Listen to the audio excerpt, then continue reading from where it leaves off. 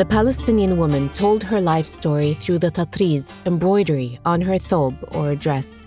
Our history and culture are in that embroidery, which is passed on from one generation to the next. But many, many years from now, these threads will fade away. Our guests today have given Tatreez an eternal life by engraving patterns and motifs into everlasting materials like stone and brass. Through their collective Naqsh, which means engraving, they practice one of the oldest art forms to produce modern, minimalist works of art that pay tribute to our heritage. And their patience and diligence while working with these rigid, challenging materials reflect Palestinian resistance and steadfastness. Even in the shadow of the devastation in Gaza, our culture endures, and the artists you hear from on Tarwida are a testament to Palestinian resilience.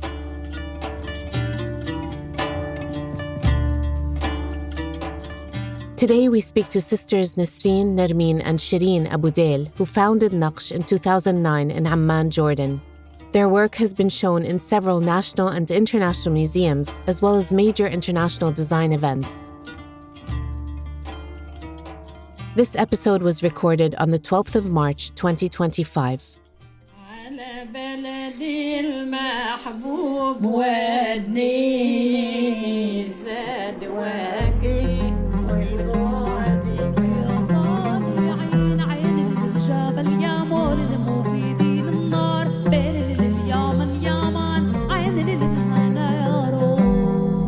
I'm your host, Afaf Shawabibi, and you're listening to Tarwida.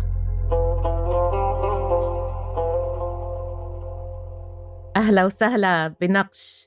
عنا نسرين in Amman, Nermeen in Dubai, and Shireen also in Amman. Welcome, ladies.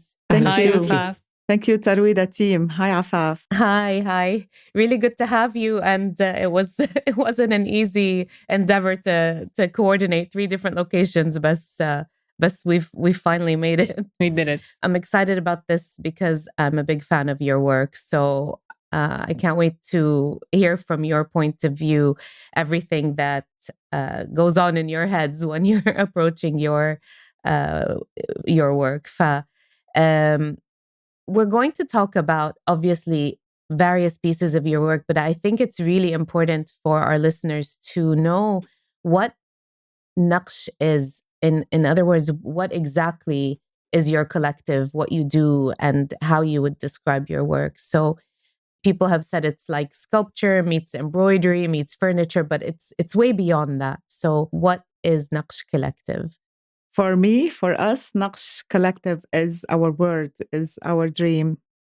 It started as a simple getaway away from the architecture that I studied as a practice. And I wanted to create a place where I can achieve what I have in my mind in material. It was an experimental lab at the beginning. Nermeen and I just got together and we decided to keep on experimenting on materials with concepts. Naqsh started as an idea of creating pieces of art, products, furniture, graphics that talks about the Oriental world. I used to live in the States and I wanted to have pieces from my world from Amman, Jordan, that reflects the culture. In a nutshell, Naqsh is a place where we think about ideas and make it happen through materials. Naqsh means engraving in Arabic.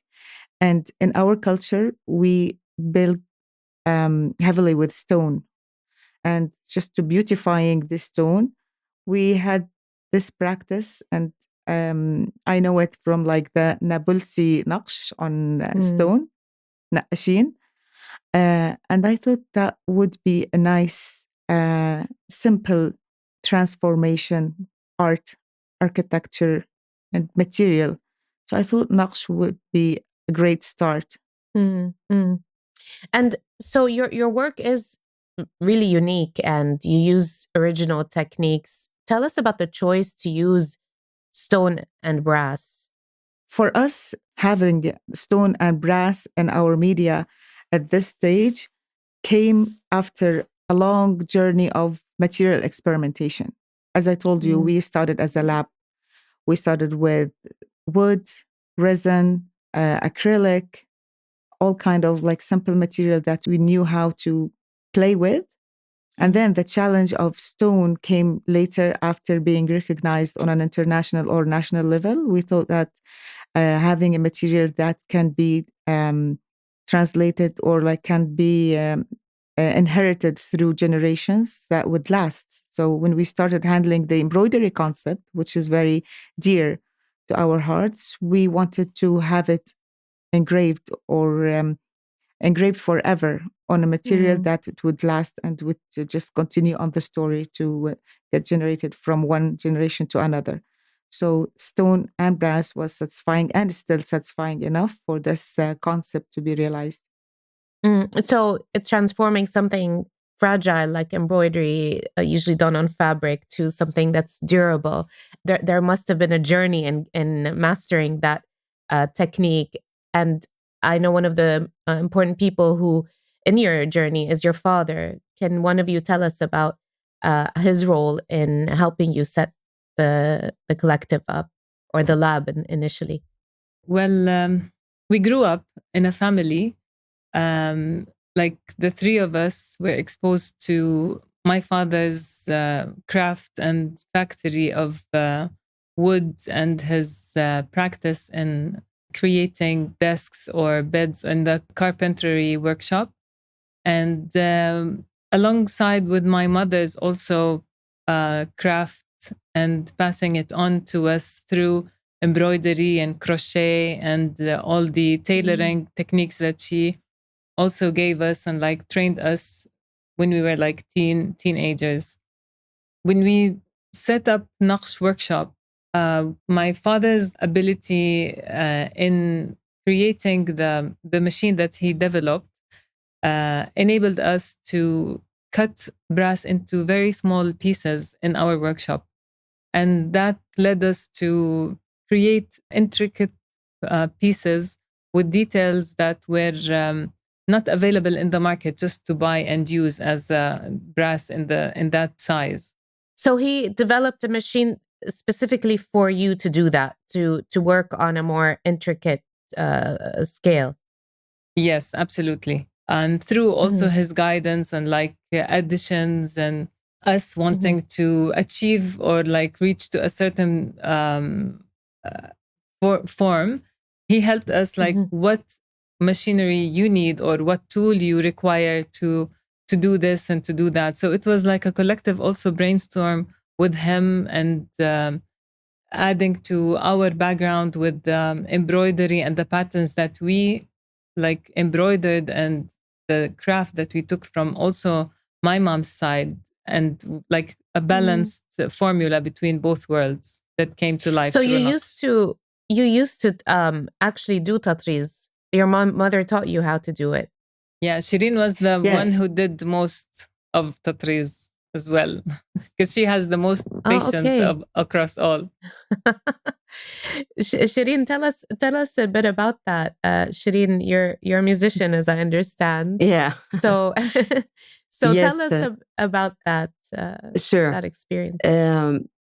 My mother has sisters, our aunts. We grew up watching them making their own Palestinian thobe filled with cross-stitch, Palestinian cross-stitch. And we were amazed. Auntie, can I try? Auntie, can I try? Sure.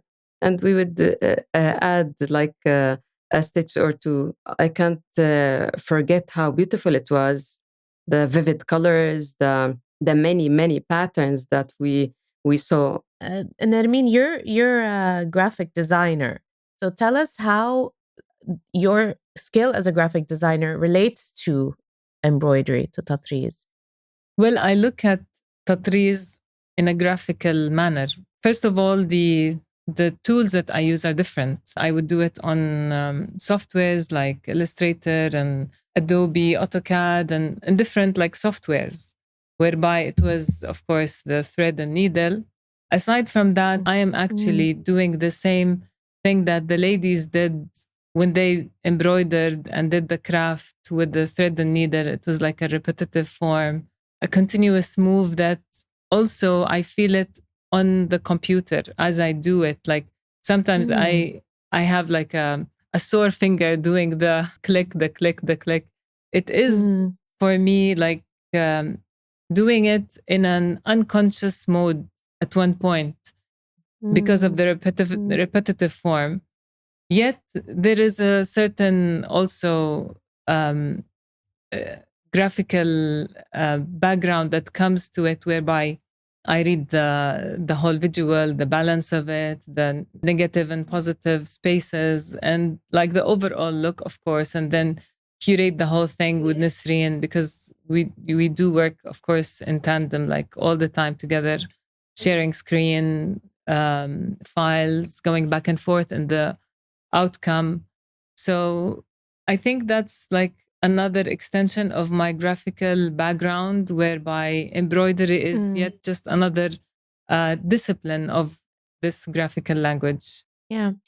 Well, another person, in addition to your parents, another person who has played a role in Naqsh is Wadad Qawar. Tell us about your relationship or collaboration with Tiraz, which is the Wadad Qawar Home for Arab Dress, which, by the way, I visited as a teenager. I have fond memories of that. What are the things you've learned from her about this cultural heritage? Well, it's very hard to count the things that we learn from Auntie Wadad Qawar in each and single visit. Every time I leave the house, I call Nermeen and Shireen and just like, listen, this woman is amazing. She is a legend. She's a role model. Auntie Wadad Qawar is absolutely a visionary. And we all know that from her achievements, of course. But like talking to her on a personal level, it makes you feel that she's young, she's full of ideas, she's very ambitious, and that makes you feel very responsible about our heritage. For us, Naqsh, she was the starting point to introduce us to the word.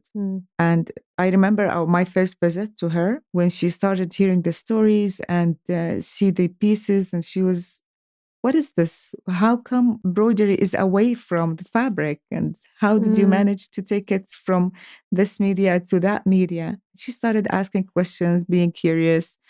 And immediately she gave me an offer, immediately, without even thinking twice. And she offered Naqsh to, instead of having her opening our exhibition, she invited me over for Tiraz and having the honor to exhibit at Tiraz as a soft opening event at Tiraz. And like for us, it was a dream. Why? Because Tiraz was a beautiful place being just realized.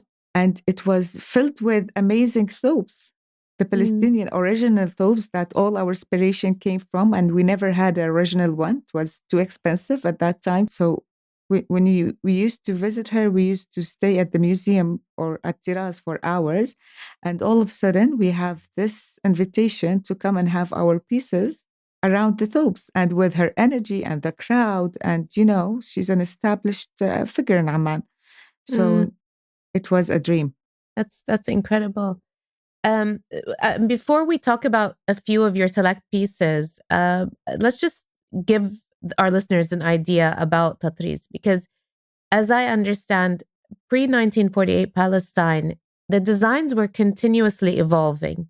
And then after 1948, it was almost like there was like a freeze because people shifted to survival, and, women had to put their energies into actually surviving.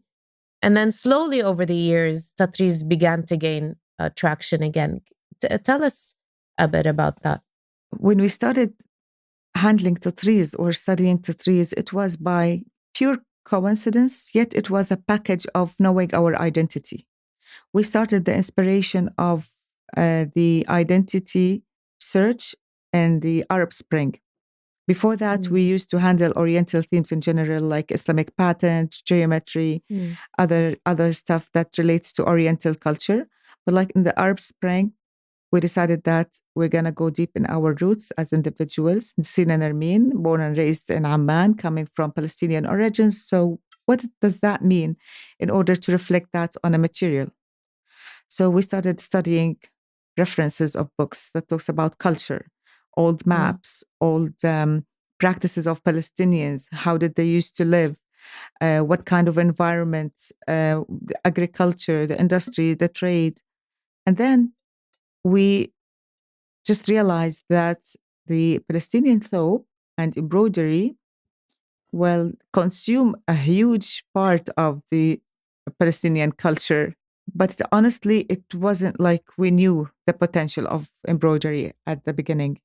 We thought like it has a decorative sense and it has a self representation for the Palestinian woman, but we didn't realize the importance of this craft to the Palestinian life in general and the resistance and the storytelling. And when we started searching and researching, studying, we were terrified because Why? embroidery is for everybody, right? For you, for millions around.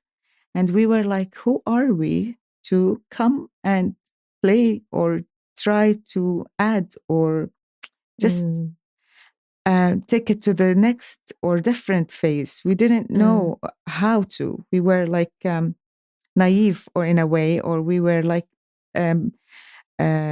learning. So we are you like, referring to the choice to do it on a different type of material, or are you referring to even developing the motifs and the patterns? Yeah, it was developing the motif and patterns. What we did, we started with taking 12 patterns, and I took them to AutoCAD. And in AutoCAD, I started playing with the motifs, stretching a couple of lines, just trying to add my signature as an architect. And then I thought like, no, Nisreen, you can't do that. You can't change the DNA of embroidery. It's too sacred to play with. It's there to remain as itself, as it is. And then we started to realize that it's important that embroidery has to evolve and has to reflect the woman passing by it, reflect her soul, her skills as well. And just the more we're connected being Palestinians, the more we're able to play with embroidery.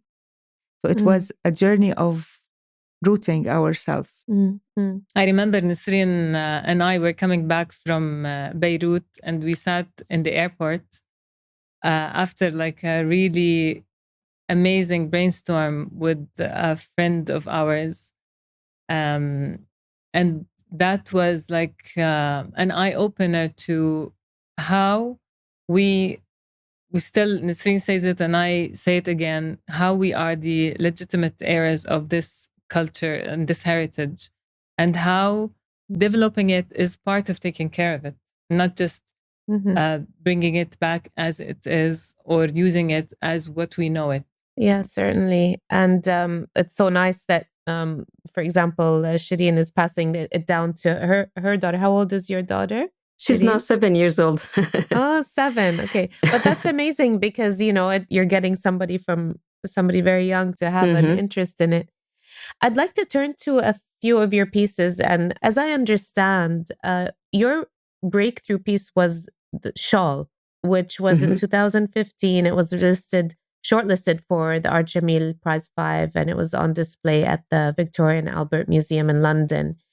What does the shawl represent, and how was it to transform it as wooden brass? If you look at the shawl piece in particular, and you look at how the patterns are there in an array, and there's like the brass lines, they go up in a very solid manner, and how you see the patterns towards the edges worn out, and like you see they're fading. Yeah.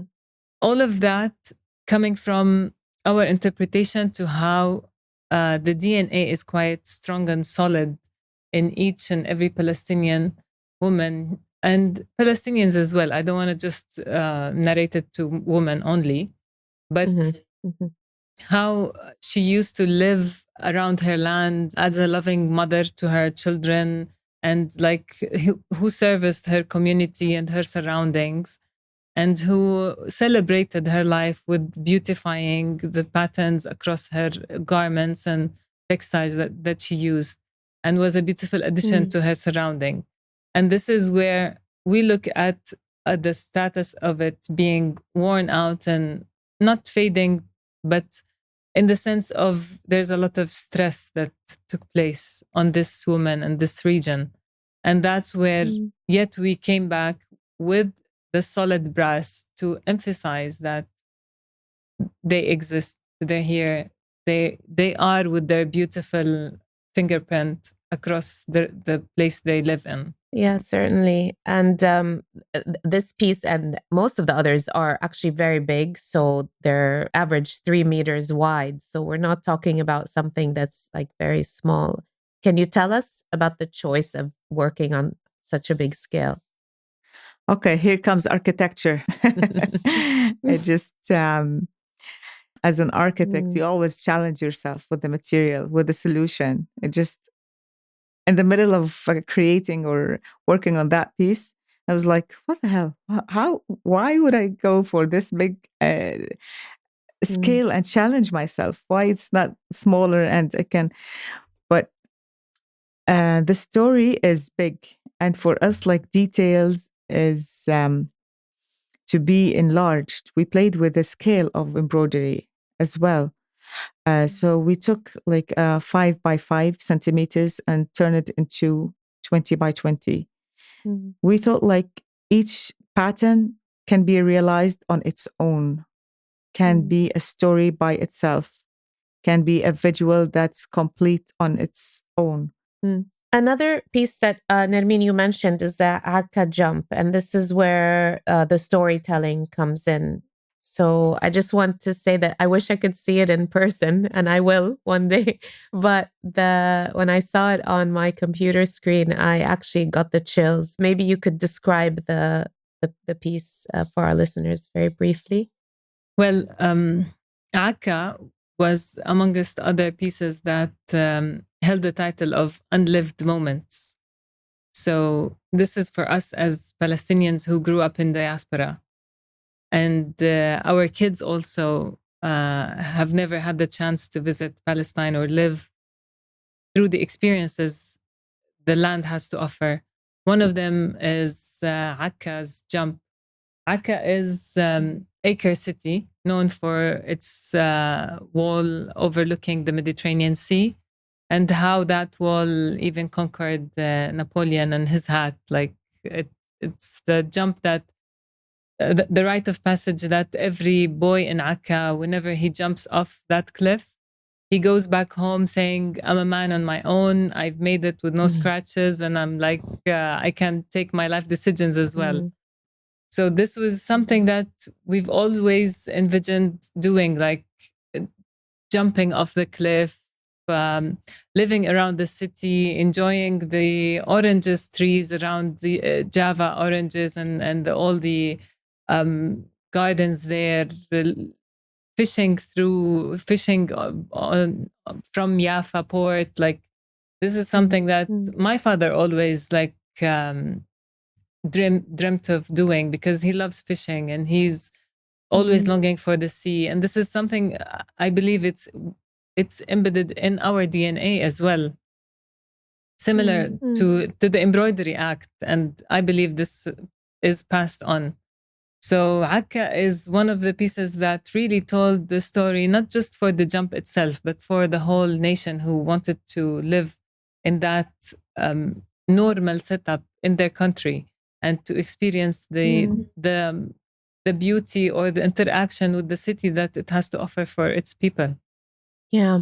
And when you look at the jump, the jumper himself, he's jumping backwards, as in, head down with his, back. And it's just like such a sensation of freedom and joy, also freedom and joy. And it reminded me of, I don't know if you read it, but Ahad Tamimi's book, They Called Me a Lioness. So she describes her visit with her family to Akka. They're given just a few hours to go.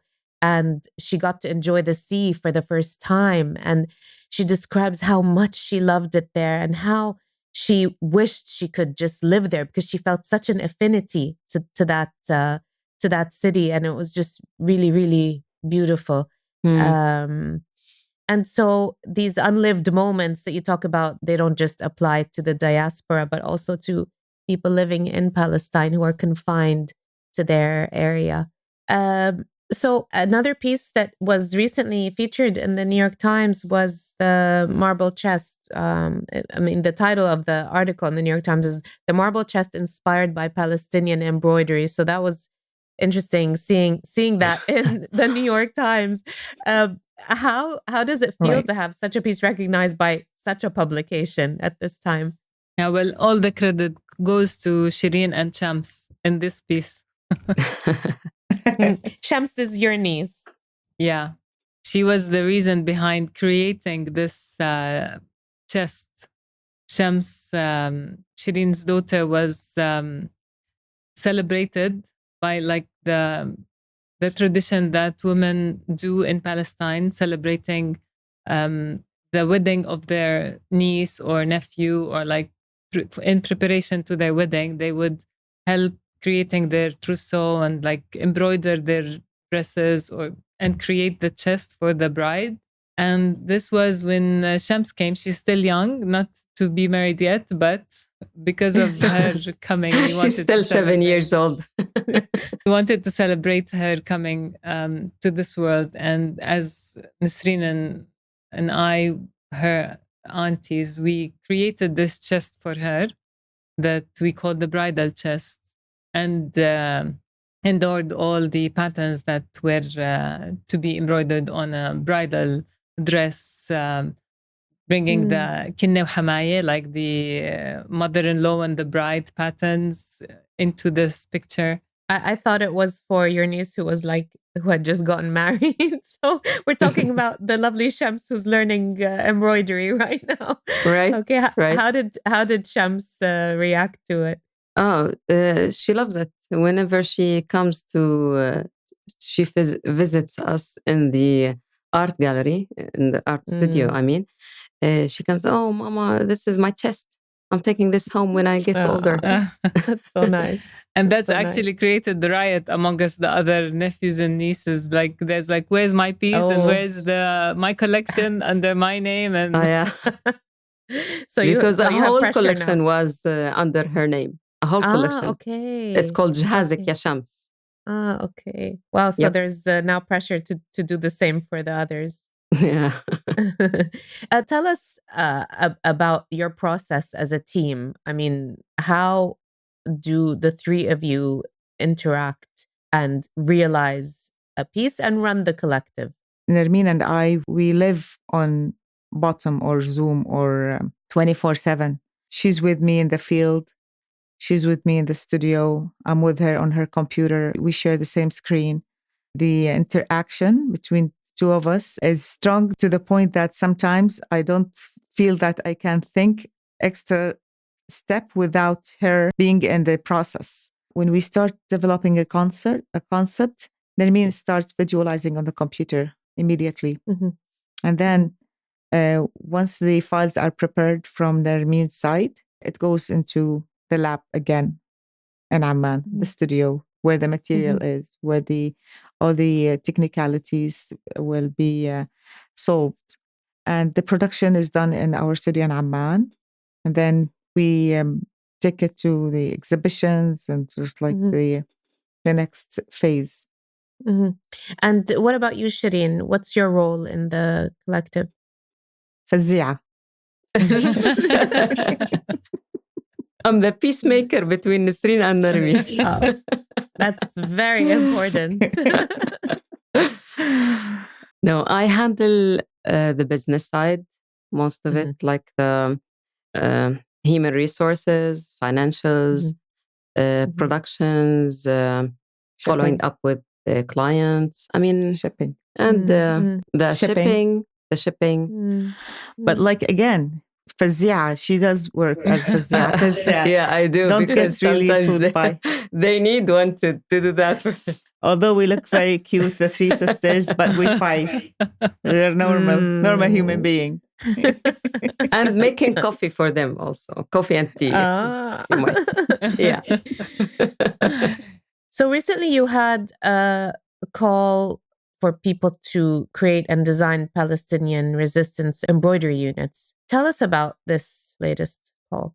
Looking at the situation of what Palestine and especially Gaza was going through in the past 2 years, we realized that the very women that the Palestinian embroidery came from, they would be now really too busy to survive and to think about how to live day by day, then they would be able to carry on with embroidering their clothes and thobes. And we felt that it's very important for us as people to keep on carrying this heritage. It's our responsibility to do that in keeping this heritage alive and helping them in our way. So it's one thing to carry on with this heritage being alive. It's another thing also, it's a very important thing, is to document what has been happening in Gaza in the language that has always been on their thobes and on their heritage. So we are calling still for everybody to share with us their ideas of creating new embroidery patterns inspired from the symbols that has aroused in the genocide of Gaza, like for example, الدحدوح, like روح الروح, like for example, iced coffee, the one Aboud was sharing with us. So we need to document what has been happening and what still is happening in this language of embroidery to keep also using the embroidery as it has been also been used in the Intifada and in the situations that have been through the history of Palestine before. And the importance for the open call is to have the collective awareness, the collective responsibility. Although we're coming from an artistic background, design background, it can be an easy or can be a project that can be handled from our side. But the collective work adds a huge part of the collective responsibility as well for other women to be part, to help, to support Gazans women from all over the world. Palestinians in Amman, Dubai, London, States, everywhere can document, and we're honoring those ladies. We're honoring the figures, the symbols that whenever you hear, you remember or you refer to Gaza and the situation. It's our duty and their duty in the field to keep the story told, or to tell the story, or to tell the situation. But we feel that it's our duty outside the field to make it louder or to share it to the world through other languages such as embroidery. And so how do people contribute to this? We have just started. We launched the call last week and the response is amazing. People are interacting from all over the world. We created a group and ladies already started embroidering and sending us motifs. So if somebody's interested, somebody listening to you now, what do they need to do? Please go to the bio at Naqsh Collective in our Instagram page and fill the document, Google document, in order to be part of the group. And then we will start communicating around the process, and you'll be part of the collective work. Yeah, it's interesting. There's a parallel because I recently interviewed Amer Shomali, who's the director of the Palestinian Museum, where you actually have your work in their gardens, as I understand. So Amer was talking about the effort to open exhibitions and events up to the collective where people can be free to contribute their ideas and their work, which it's very nice, and it connects the global, global Palestine. It connects people who are living all over the world. So just to wrap up, I'd like to hear from you how you see the Naqsh Collective evolving. What do you hope will come about in the next years? A book for now. We're Mhm. working on collecting the visual of past pieces or the current ones in a book. So believing that our start began with a book and the importance of documenting our work, our heritage, and putting it to the future generation in a solid Mhm. manner. Mhm. For collaborations, we're always trying to look for interesting collaborations with creative industries, creative minds around. We're gonna keep on. And for the place itself, we're really happy sharing the studio with visitors, with tourists from all over the world to come and visit Amman, visit us, our studio, hear the stories, see what exactly Naqsh is all about in real life. And for me, just to keep on creating more pieces, more work Mhm. that in a way or another can make it to New York Times, for example, that's like the piece last week and other venues. So the essence of the story would keep on resonating. Mm. The number one hope and mission and vision for Naqsh is to tell the story of Palestine all over the world Mm. Mm. in this manner, in the manner of art and design. And this is our hopes. And Yeah, agree. especially after, what has been done recently. Yeah. I believe that probably Naqsh, it really showed that it is a platform to tell the story in all exhibitions we go to. Whenever we stand by the work and we explain where is it coming from, what is it, and what does it say, people are touched because it's coming from the heart. And I believe the purest form of communication is when it's through art and through creative process of something that touches another. So yeah, I think keep on like reaching out through what we do is the best thing that we hope for. That's beautiful. Thank you for sharing. And thank you, Nermeen, Nisreen, and Shireen, for your time, for your energy. And I'm really looking forward to seeing your work and you in person in Amman. And I'm sure our audience will be checking out both your work, and for those who are interested in joining the collective, the call to action, please go to Naqsh's Instagram page, which will provide the links and contribute to this beautiful initiative. Thank you. Thank you, Afaf. Thank you, Afaf. Thank you, Thank you for Tarwida team. Wonderful job. That was wonderful.